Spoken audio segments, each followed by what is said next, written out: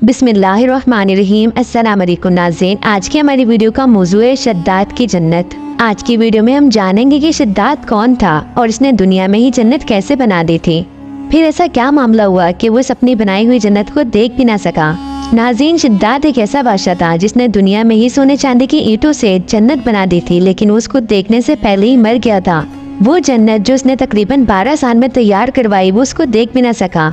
आज की वीडियो में हम जानेंगे कि शद्दाद ने ये जन्नत क्यों तामीर करवाई। लेकिन वीडियो में आगे बढ़ने से पहले आपसे गुजारिश है कि अगर आपको इस तरह के इस्लामिक वीडियोस पसंद है तो चैनल को सब्सक्राइब कर लें ताकि हर आने वाली वीडियो का नोटिफिकेशन आपको बर वक्त मिलता रहे। अब चलते हैं वीडियो की जानिब। नाज़रीन, सबसे पहले तो ये बात याद रखें कि अल्लाह को अपने बंदों की सरकशी और तकब्बुर और गुरूर बेहद नापसंद है। कौमे आद के बारे में शायद आप सबने सुनी रखा होगा कि कौमे आद के लोग बहुत ही ताकतवर थे। इनकी कुव्वत का अंदाजा कुछ यूँ लगाया जा सकता है कि जमीन पर मौजूद वो वजनी पत्थर जिसको उसकी जगह से हटाने के लिए भी एक नहीं बल्कि बहुत सारे लोगों की जरूरत पड़ती है, लेकिन ऐसा पत्थर कौमे आद के लोग एक हाथ से उठाकर फेंकने की कुव्वत रखते थे। इस कौम में लोगों की जिंदगियां भी बहुत लंबी होती थी। ये लोग 900 साल तक इस दुनिया में जिंदा रहा करते थे। जिंदगियों के साथ साथ इनका कद भी बहुत लंबा हुआ करता था। इनके दांत भी इतने मजबूत हुआ करते थे कि सैकड़ों साल तक भी टूट नहीं पाते थे।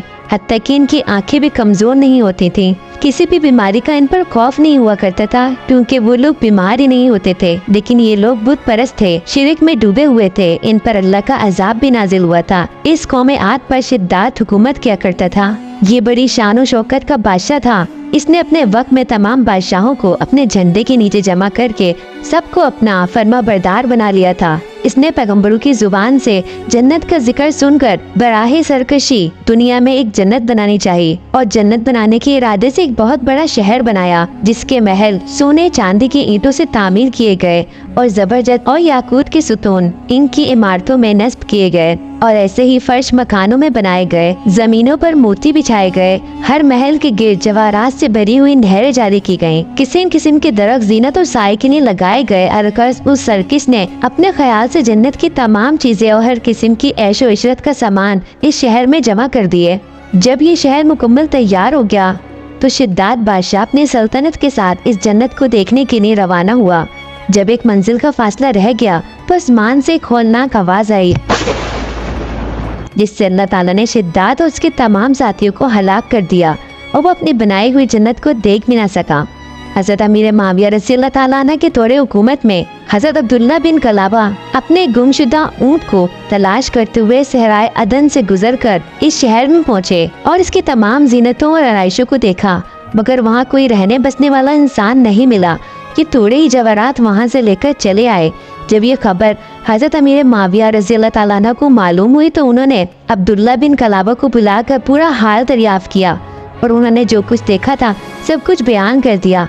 फिर हजरत अमीर माविया रज़ी अल्लाह ताला अन्हु ने काब अहबार रज़ी अल्लाह ताला अन्हु को बुलाकर दरियाफ्त किया कि क्या दुनिया में कोई ऐसा शहर मौजूद है। तो उन्होंने फरमाया कि हाँ, जिसका जिक्र कुरान मजीद में भी आया है। ये शहर शद्दाद बिन आद ने बनाया था, लेकिन ये सब अजाब इलाही से हलाक हुए और इस कौम में से कोई एक आदमी भी बाकी नहीं रहा। और आपके जमाने में एक मुसलमान जिसकी आंखें नीली, कद छोटा और इसकी ऐब्रो पर एक तिल होगा, अपने ऊँट को तलाश करते हुए इस वीरान शहर में दाखिल होगा। इतने में अब्दुल्ला बिन कलाबा आ गए तो काबे अबार ने इनको देखकर फरमाया कि जो शख्स शद्दाद की बनाई हुई जन्नत को देखेगा वो यही शख्स है। नाज़रीन, कुरान पाक में कौमे आद का जिक्र पारा नंबर 30 में मौजूद है।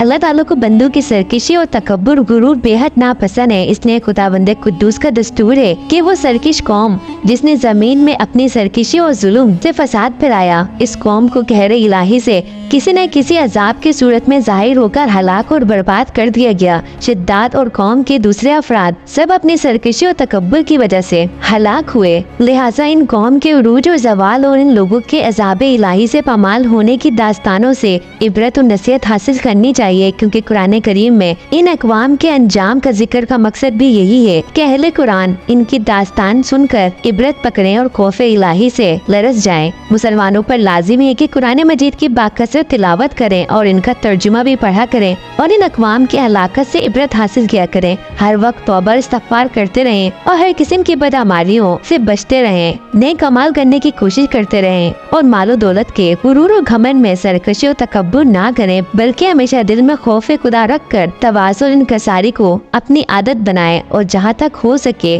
अपनी जिंदगी में अच्छे अमाल करते रहें। अल्लाह रब्बुल इज़्ज़त से दुआ है कि अल्लाह ताला हम सबको कुरान मजीद के इन वाक़यात से सबक हासिल करने की तौफीक अता फरमाए। आमीन। नाज़रीन, आज के लिए इतना ही। वीडियो अच्छी लगी तो उसको लाइक और शेयर जरूर कीजिएगा और कमेंट में अपनी राय का इजहार भी कीजिएगा। फिर मिलेंगे एक और वीडियो के साथ। अपना बहुत सारा ख्याल रखिएगा। अल्लाह हाफिज।